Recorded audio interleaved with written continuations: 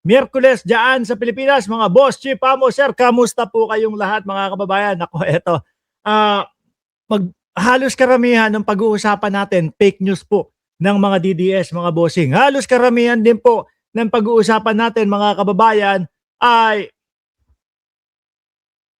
yung Amy Marcos. may sinasabi. Sabi ni Alonely TV, yan na! Oh, live na ho tayo. Pagpaumanin nyo po at kung tayo ay medyo na late, dahil alam nyo naman po mga kababayan na inuumpisahan ko yung araw ko sa pagtakbo. No? Pero umpisahan na ho natin ito mga bossing. Oh, umpisahan natin dito. May sinasabi si Sir. Naku, masasaktan ng mga DDS dito sa sasabihin ni Sir ho mga kababayan. Kasi daw, ano daw po? And by the way, it just so happened that the former president, our living hero, is inside that building, held for more than 120 years. Utang inang yan. 120 taon na daw pong nakakulong ang dating Pangulong Duterte. Naku po, sir, huwag kang magsabi ng ganyan. Baka mahipan ng hangin at baka magkatotoo. Ano po? Baka magkatotoo na 120 years, mga bossing, na nakakulong ang dating Pangulong Duterte. Ika nga po, nung unang panahon, pakawalan. Sino? Si Barrabas. At ipako sa krus si Kristo, mga bossing. Oh, di ba? Pero alam niyo po, napapansin ko doon sa mga kababayan natin, marami po.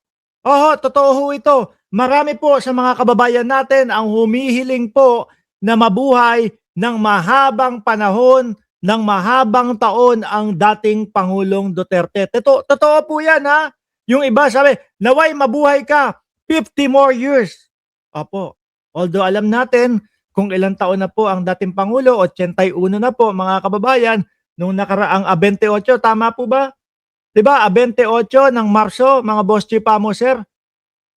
81 na ang dating Pangulong Duterte plus 50 pa, 131 years old.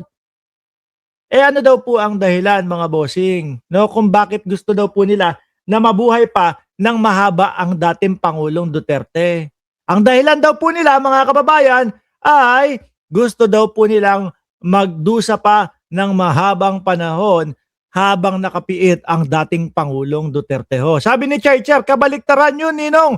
Umiksi ang buhay yun. Hindi, di ba sabi ko nga sa inyo, madami ang nananalangin na mas mahaba pa daw ang buhay ng dating Pangulong Duterte. Dahil nga gusto nila na magtagal na maranasan yung pagkakakulong mga boss.